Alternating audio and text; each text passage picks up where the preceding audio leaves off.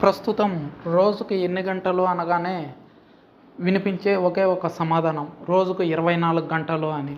అయితే 1.4 బిలియన్ సంవత్సరాల పూర్వం రోజుకు 19 గంటలు మాత్రమే ఉండేవంటే మీరు నమ్మేవారా? అవును, మీరు వింటున్నది నిజమే.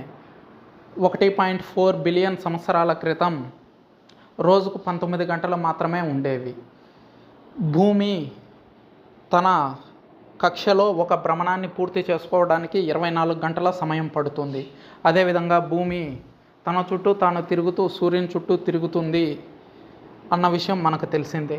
అయితే ప్రతి 100 సంవత్సరాలకి ఒకసారి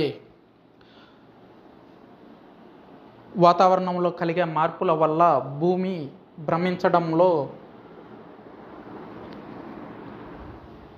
ఆలస్యం ఏర్పడుతుందన్నమాట. మందగమనంతో భూమి పరిభ్రమిస్తుందన్నమాట తన కక్షలో. అటువంటప్పుడు రోజుకు సమయం పెరిగే అవకాశం ఉంది.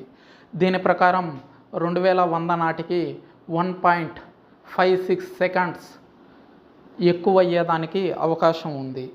ఈ ప్రకారంగా భవిష్యత్తులో రోజుకి 25 గంటలు రావచ్చని శాస్త్రవేత్తలు తమ పరిశోధనలో తెలియజేశారు.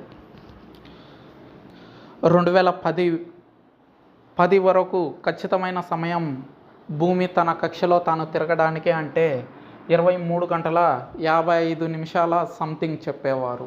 అయితే 2010లో చిలీలో ఏర్పడిన భూకంపంతో భూమి పరిభ్రమించడం, భూభ్రమణం అనేది త్వరగా జరగడం మొదలైంది.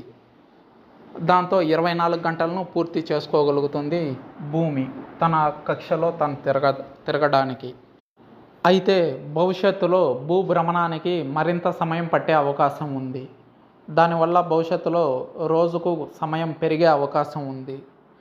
భవిష్యత్తులో రోజుకి ఎన్ని గంటలు అని అంటే 25 గంటలను కూడా చెప్పే పరిస్థితి వస్తుంది అని శాస్త్రవేత్తలు ఓ పరిశోధనలో తెలియజేశారు. మరిన్ని ఇలాంటి అప్డేట్స్ కోసం మన ఛానల్ని లైక్ చేయండి,